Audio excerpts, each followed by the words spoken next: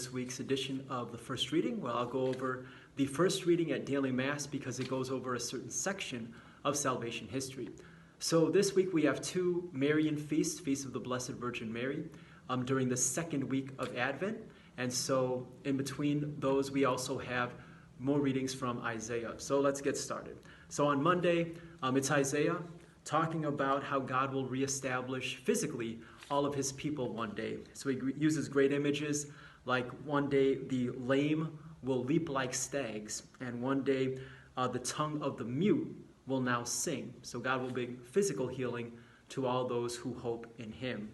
And then speaking of hope, on Tuesday we have the Feast of the Immaculate Conception, when Mary was conceived without the stain of original sin. And so we read from the book of Genesis, that part in Genesis especially, when God says that the serpent will be crushed one day, his head will be, the serpent will strike at the heel, but his head will be crushed, because even though Adam and Eve originally sinned, God will still bring victory over the serpent. And so on Wednesday, we hear God's, going back to Isaiah, we hear God talking about the reestablishment once again of those who hope in him. So a great image that he uses here is, even though the youth will stagger and fall, those who hope in the Lord will have their strength renewed. So even if you're young, doesn't matter, you might stumble and fall, but if you hope in the Lord, you will always be renewed.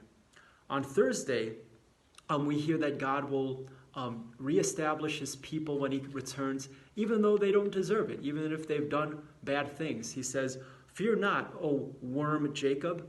Don't worry, you maggot Israel.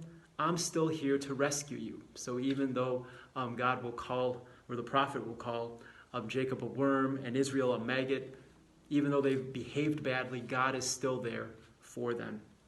On Friday, we see that God will make all of his peoples, as he says, descendants, your descendants will be like the sand, your name will never be cut off. So God will always be there for the human race, and even through the end of time. And then finally on Saturday, we celebrate the Feast of Our Lady of Guadalupe, when the Blessed Virgin Mary appeared in Mexico, in what we call now today Mexico City. She appeared, and so the first reading is from the prophet Zechariah, saying that many nations will join themselves to you, which is exactly what happened around 500 years ago when the Blessed Virgin Mary showed up.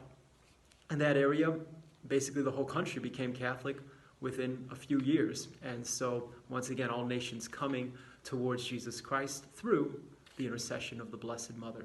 So that's the first reading for this week. I hope it helps us put a good perspective in where these readings in the second week of Advent fit in the larger role of salvation history.